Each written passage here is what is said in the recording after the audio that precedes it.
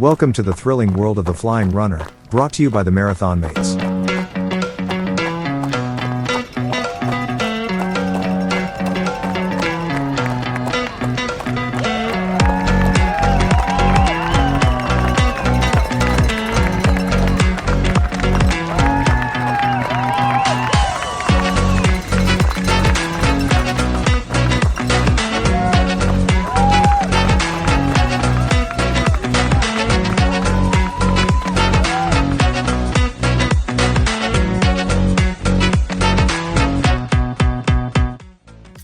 Hey there, it's Tony here from The Flying Runner, and welcome to Out and Back. This is the first Out and Back episode for a while, and I just thought I wanted to share some of my thoughts and experiences from the Amsterdam Marathon.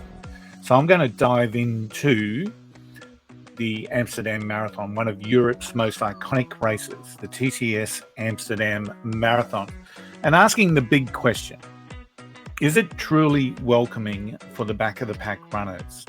So it is known for its fast and flat course. It's got a historic start in the Olympic Village and it finishes inside the Olympic Village. The Olympic Stadium. It's a iconic route that goes along the Amstel River for much of about 12 kilometers of the race. And some of the crowd atmosphere through the Vondelpark is some of the best I've ever experienced. It's long been a bucket list for many marathoners chasing PBs and a beautiful European race experience. But while it's known for its speed and elite performances, how does it stack up for those who are going to be running a little bit closer to the 6-hour mark? So today I'm going to break down things like cutoff times, course logistics, a little bit of pacing support, that sort of thing, and a real runner experience, and provide you two different runner timing and pacing that helped both runners achieve what they wanted to achieve. So firstly, why is it challenging for slower runners? It is very hard, it's a very clear cutoff of 6 hours, and in the Amsterdam Marathon. I'll talk about that in a little bit, but it's quite clear on the website the cutoff time is 6 hours. And while it does seem generous for the vast majority of runners out there, many of our back-of-the-pack runners are challenged by a time like that. Because as we know, a lot of us subscribe to the theory of finish lines, not finish times, and 6 hours can sometimes be a challenge. There are also official marks 5K, 10K, 15K, 20K, 25K, and there's minimum pace thresholds that you need to maintain, otherwise the sweeper vehicle will pick you up. So if you are anticipating, or if you do marathons now and anticipate to walk most of them, the average person is going to take at least 7 hours to walk a marathon. So I'm going to be quite clear now. If your aim is to walk much of the marathon, maybe the Amsterdam Marathon is not for you. The time checkpoints are enforced. And I'll talk about that in a little sec as I break down the two key strategies of two runners that I've done some research on. And if you do fall behind these checkpoints, you may be asked to join the sweep wagon, and you won't be entitled to finish in the stadium. So let's talk about some of the official communication, because it is a little rubbery and there is some room for movement. It's quite clear on the website, and any correspondence with the Amsterdam Marathon, the cutoff time is 6 hours, right? I've mentioned that, and I'll continue to mention that. It's quite clearly communicated the time is 6 hours.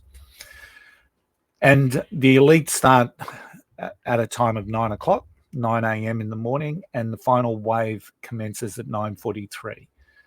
Now, my wave commenced at 9:17, and we crossed the start line at 9:25. So bearing that in mind, if it's about an 8-minute for the wave to go through, potentially you're looking at a 10 to 10 final starting people across the start line, which would then indicate that the 6-hour cutoff is a 3:50 p.m. close in the stadium.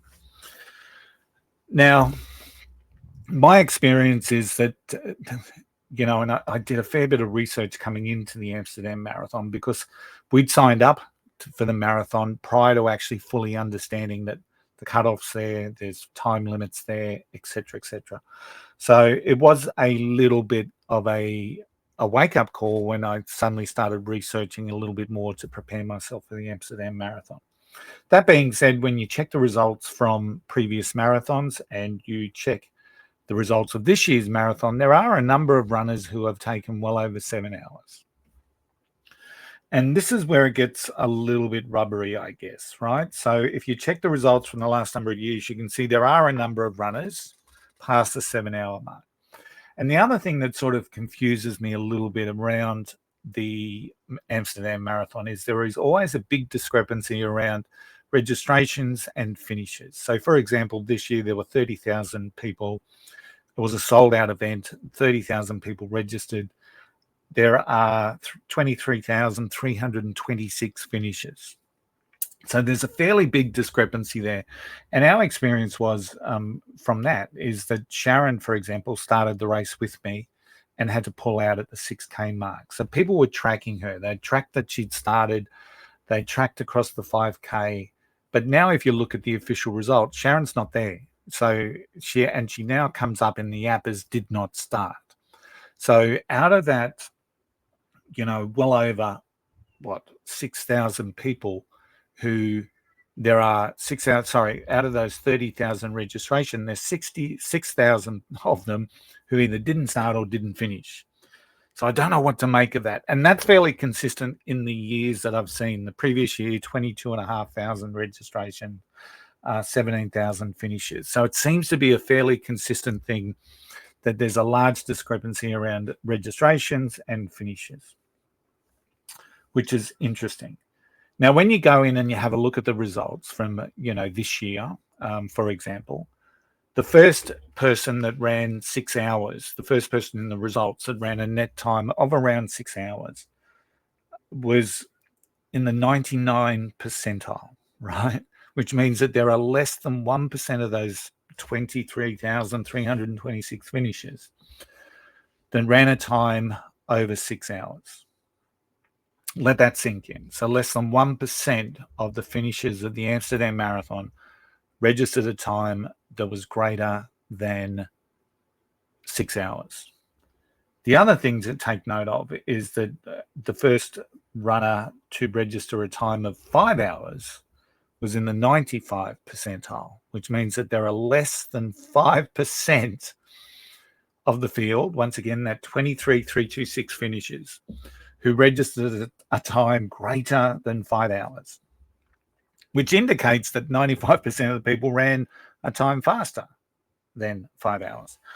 The other interesting thing is the first person that registered a 4-hour time was about the 56 percentile. So that's a relatively healthy 40% of the runners inside that 4 to 5 hour bracket, right? And a lot of elites would call them, a lot of those really good runners would probably call them the back of the packers. So if you identify as a back of the packer and you run between 4 and 5 hours, that's a good chunk of the race. 40% of the people in the race ran a time, but somewhere between 4 hours and 5 hours. But it also indicates that there were 56% of the people that ran a time faster than 4 hours. So it's known as a PB course. It's fast, it's flat. We know about that. So what was my strategy at the in the race? And then I'm going to talk about another runner. So my strategy was really simple. We were able to get into wave 4 instead of wave 5, which meant that we had an earlier start. So we banked like a 20-minute time, which was awesome, right? And which gave us quite confidence. So when you look at the 5K breakdowns, I'll go into it in more depth when we get into the strategies between myself and the other runner. But ultimately, you've got to complete up until the 25K mark. You've got to run a 42-minute 5K pace, right? Right up until the 25K mark. So we had a little bit of help with that 20-minute window, which alleviated some of that pressure for me, which was awesome. The other runner that I'm going to talk about is a lady called Sian from Great Britain. She's got an Instagram page. She talked about the challenges of how she wanted to face into the cutoffs in Amsterdam. I'm not going to mention her full name. I'm not going to mention her Instagram account. Results are, of course, public, but I found her strategy is probably more tuned to what a back of the pack runner will face. And so I thought it would make a really good option to compare both the times that I ran and the times that Sian ran. So as I said, I lost Sharon at 6K, which was not part of the strategy, which then left me running 36K by myself. And I didn't come into the race fully prepped. I wasn't in a good space physically. I was suffering from a really sore Achilles. And it was going to be one of those races where we held on together. But ultimately, it wasn't to be. And I was able to finish really happily. Now, there are some inconsistencies with the official communication out of Amsterdam. So they're very clear the cutoff time is 6 hours, right? Very clear. It's on all correspondence. Cutoff is 6 hours. Yet they're also very clear that the finish line closes at 5 p.m. So as I said, in that last wave, they kick off at 9:43. Let's face it, most of the runners are going to be past the start line prior to 10 to 10. Finish line closes at 5 o'clock. Maybe you've got a little bit more time than 6 hours. I'm just going to say that. But you've got to get through the first 5 checkpoints to make sure it works. All right. So I'm now going to just share my screen for those watching a video, and I've got a map of the course here. And what I've done is I've highlighted a number of things around those cutoff times, right? So first up, we look at the starting times of both myself and Sian. And you can see that I started at 9:25 and Sian crossed the start line at 9:43. So more in line with where you would expect the back of the pack runner to be. All right, I'm at 9:25. I've got that 20-minute window, as I said, which enabled me to have a little bit more confidence during the race. So the first checkpoint is at the 5K mark, right? So 5K, the time is 10:31 that the sweet vehicle will take you. So pretty challenging to go into a marathon and get swept at the first cutoff. So I'm presuming not a lot of people do. You've got to do it in 42 minutes. It's pretty consistent in each one of the 5Ks. And you can see, hopefully you can see, that at the 5K mark, I crossed that at 10:06. The cutoff time was 10:31, remember? So I've got some time up my sleeve. Sian crossed it at 10:17. So I had a 40.2 minute first 5. And of course, I'm running with Sharon at this particular moment in time, which is awesome. And so I'm at an 8:05 pace, and Sian's gone out strong, and she's done the first 5 in 34:20. So when I think about it, and I think about where a back of the pack runner sits, normally that first 5 is one of our big opportunities to bank some time, and I can see that that's what Sian's done. She's gone out, she's banked some time. She did it in 34:20, which is a 6-minute 52 pace. So we're both safe at that 5K mark. We then get to the 10K. Now the cutoff time is 11:13 a.m. So it's 1 hour 24 from the start. Once again, it's 42-minute 5 kilometers. I've crossed that at 10:47, so I've still got some time. I've banked some time at the beginning. 1:21, so it's pretty close to what I ran for the first one. I've gone a little bit over, a little bit longer. And that might have been I lost my partner, my running partner, at 1 kilometer into that second 5K. So, there's probably a minute or two lost with that. So I'm at an 8:08 pace. Sian's gone 1:14. So her pace is clearly slowed in the second 5, but she crossed the line at 10:56. So she's still got a good buffer there. So 11:13. So she's got still almost 20 minutes as a buffer there herself. So she's doing incredibly well. 17 minutes, if I'm to be completely honest. We then go down to the 15K. right? The cutoff time is 11:55. Once again, an expectation of 2 hours. So I've got there at 11:28. My time was 2:02. So you could see now that if I was starting later at the 9:43, I'm starting to get some real concerns. And if you go back and if you look at some of the photos of previous races of some of the people that have clocked a time over the 6 hours, on the Amstel, this is on the River Amstel, what I'm going to call the River Amstel Loop, right? And you can see the sweep vehicle behind some people in their photos, and that must be the most frightening thing for a runner, to have the sweep vehicle right behind them. So, but you can see it's real, right? By doing that. I've gone in and had a look at photos from this year, and you don't see it as much. I saw the sweep vehicle when I was coming back from the River Amstel Loop, and I saw it, and I had a good 5K on the sweep vehicle, at least at that particular moment in time. And there wasn't a lot of runners in front of it. So maybe there was a little bit more planning from the runners this year. I don't know. But in previous years, I was able to see photos where the sweep vehicle's right behind people. This year, not as evident. But 15K projected time of 2 hours and 6 minutes. You get there by 11:55 or you're gone. I'm there at 11:28. Sean's there at 11:38. So you can see Sean's picked up some time. The 20-minute starting difference at the start. And she, at this particular stage of the race, she's only 10 minutes behind me. So she's picked up 10 minutes. So her pace was all about, her strategy, no doubt, was all about early pace. I'm at 2:02. She's at 1:55, right? My pace is 8:11 at this moment in time. So we're both doing well. We're both keeping clear of the cutoffs, and that's what it's all about, right? At the 20K mark, 2 hours 48 is the expected time. And you're gone by 12:36 p.m. So I get there at 12:12. Sean gets there at 12:22. So we've maintained that 10-minute buffer. My time was 2:46, so I picked up some time. So I'm back under that sort of threshold of 2:48 that I was aiming for. She's at 2:39, so she's still on a quick pace. My pace is 8:53 per kilometre, and hers is 8:48 for that 5. And then we get to the final cutoff of note, right? And when I say it's of note, the key here is to get to the 25 in the Amsterdam Marathon, because from there are no cutoffs. The only cutoff is the finish line closes at 5 p.m., right? And I'll explain why that is in a sec. Now, the cutoff time was 3 hours 30, right? And you had to be there by 1:18 p.m. I got there at 12:57.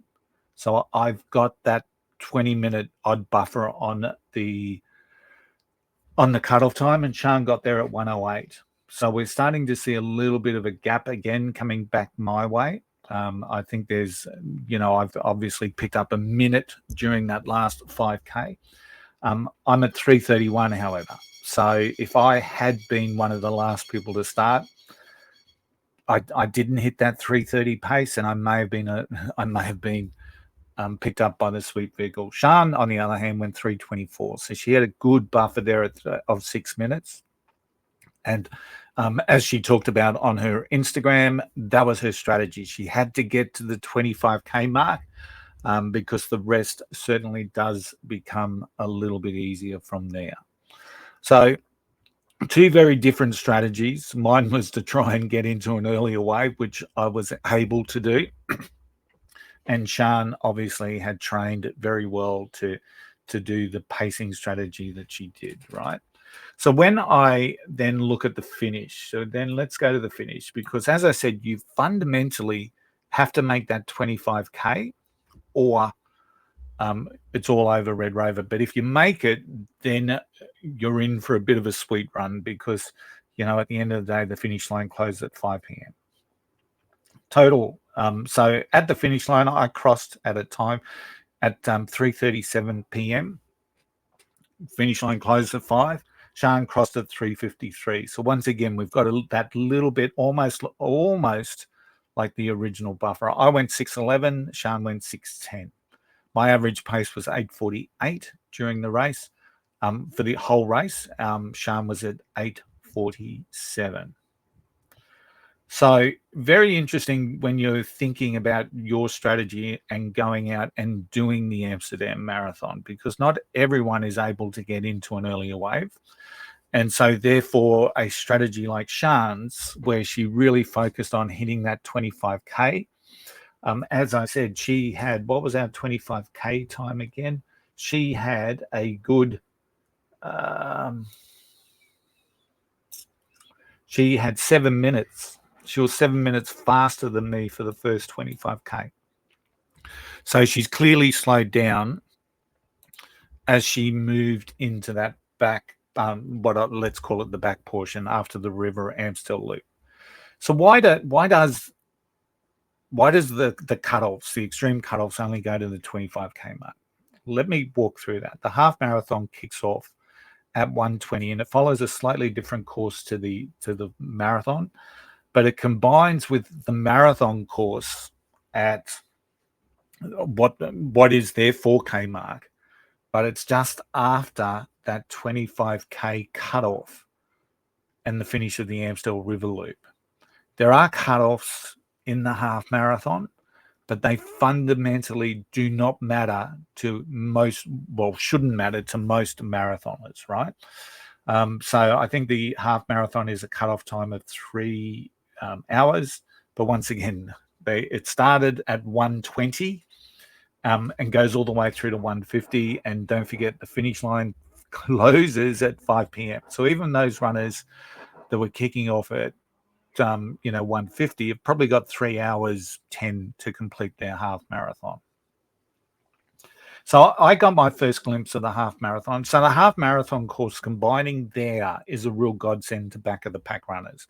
So you've really got to focus on getting to that 25K mark, and then you can breathe maybe a little bit easier and start to take your time and take it all in. But that is the key within the Amsterdam Marathon. That 25K mark, you have to get there, and the time is 3:30. As you know, I got 3:31, and if I didn't have that buffer at the start, maybe I would have been in some trouble.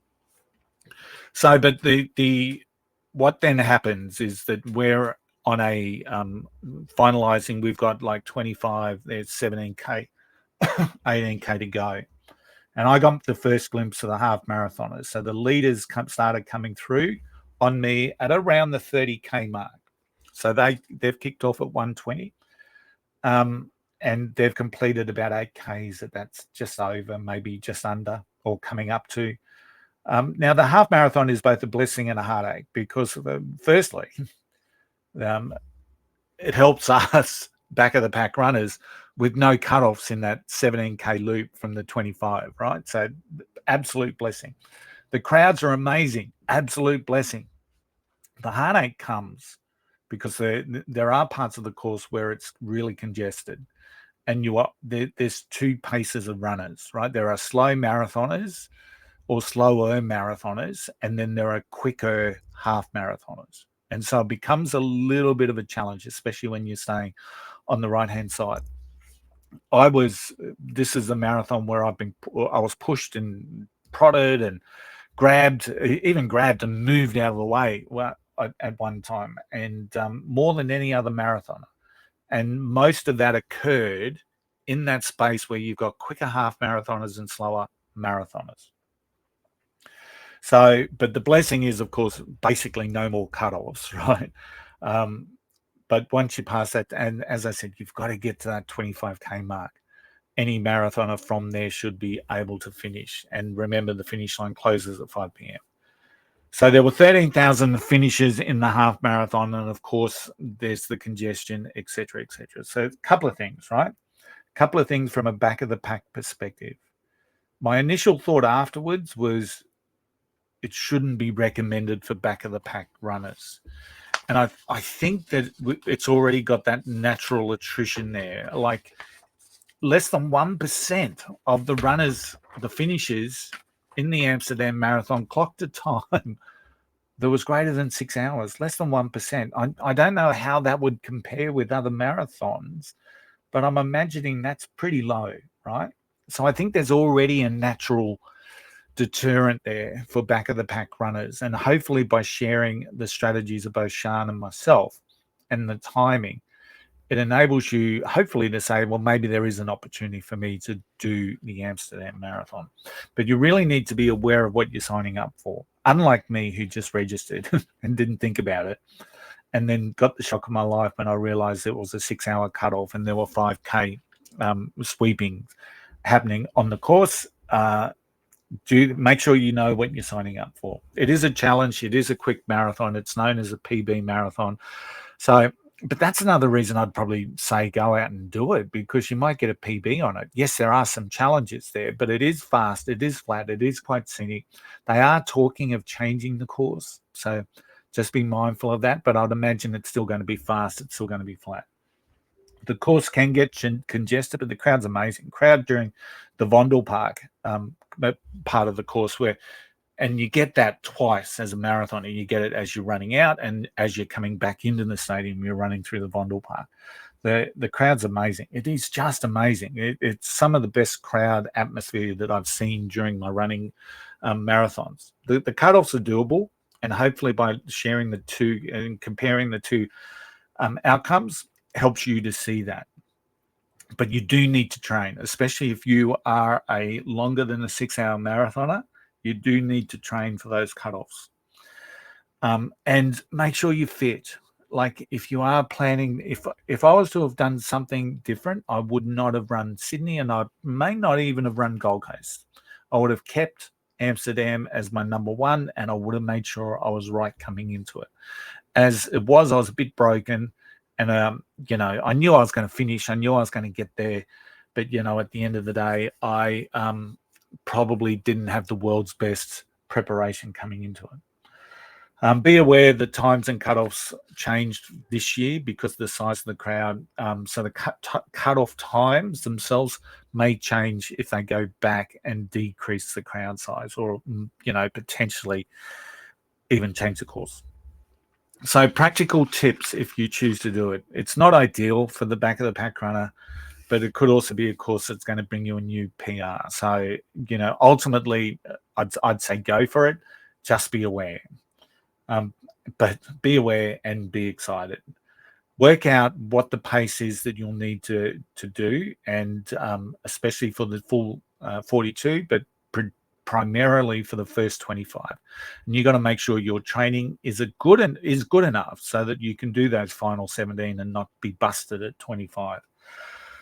Make sure you're fully aware of the checkpoint times, because they will change, I would imagine, if the course changes and if they do reduce the size. Look for pacing groups that can match your target finish times. Try and run it with a friend. There's another option. And if you are a walk runner, make sure you're utilizing that walk run strategy to the pace that you need to do. Now, prepare for possible weather. It was a beautiful day, to be honest, a beautiful day when we ran. Perfect. I don't think it reached above 13 degrees for the day. That being said, I did get a bit dehydrated during the Amstel River loop. I'm not quite sure why, but I did, and it was also, and can be known as a bit of a windy course, right? So there's just a couple of things to prepare for. So enjoy the experience of running the Amsterdam Marathon. The course is scenic. It starts and finishes at the Olympic Stadium. You run through the museum, the museum plain, I think it's called. It is a stunning experience, and that's within the first 5K, right? So it is a magnificent experience running through the marathon, the museum. So it is a marathon I would highly recommend, but just be aware of what you're signing up for. I hope that what I've talked you through today gives you a little bit of an understanding, a little bit more of an experience. You do research around the Amsterdam cutoffs on the net, and there's not a lot of information out there around it. And once again, I think the expectation, fast, flat, PR course. So maybe while there are no doubt runners that have faced the challenge of the cutoffs, maybe there's not a lot of people that talk about how best to prepare for them. So if you have enjoyed listening to this, or if this is your first experience with the Flying Runner podcast, don't forget to like and subscribe wherever you are watching this. Share it with a friend. Registration, I think, for Amsterdam kicks off again this year for 2026 on December 20. So it gives you some time, and I think it's around December every year. So it is one of those few courses left where there's not a ballot involved. So get out there, you have to register early. This year they had 15,000 starting from inside the stadium, and they had 15,000 starting outside the stadium. So there's two different start lines. It's an amazing experience. So wherever you're listening to this, I hope you've enjoyed it. I hope you sign up, and I hope you have great success at the Amsterdam Marathon. Until next time, I'll see you then. Bye for now.